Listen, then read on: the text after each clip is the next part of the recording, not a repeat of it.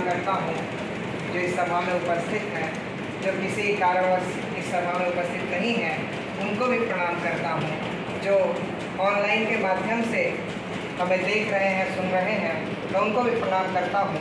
और सीधे सीधी कविता पर आता हूँ कि अब भी दरबारों में कविता मनोरंजन का साधन है।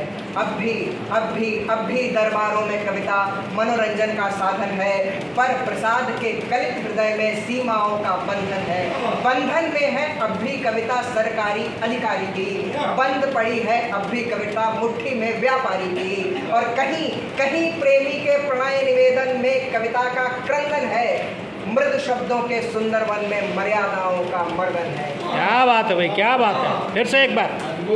कहीं प्रेमी के प्रणय निवेदन में कविता का क्रंदन है, मृदु शब्दों के सुंदर वन में कविताओं का मर्दन है। और मैं कविता को इस बंधन से मुक्त कराने आया हूँ।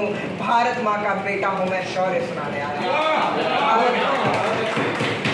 भारत माँ का बेटा हूँ मैं, शौर्य सुनाने आया हूँ। और देशद्रोह की कविता करने वालों को पश्चाताप नहीं है, मंचों की गरिमा विचलित है, कवियों को संताप नहीं है। जिस थाली से पेट भरा है उसे फोड़ना गद्दारी है, पगडंडी को घायल करना कुछ और नहीं है, मक्कारी है। पगडंडी को घायल करना कुछ और नहीं है, मक्कारी है। गांव के गलियों की बेटी है कविता, कोयल सी चिड़िया। और पूंजीवादी पिंजरे में पलती नहीं है नव की परियां। मैं कविता को इस बंधन से मुक्त कराने आया हूँ। भारत माँ का बेटा हूँ मैं। श्याम नारायण की मुझे पंक्तियाँ याद आ रही हैं कि कोदंड चंड रव करते थे, बैरी निहारते थे चोटी, और तब तक चोटी वालों ने बिखरा दी बोटी बोटी। मैं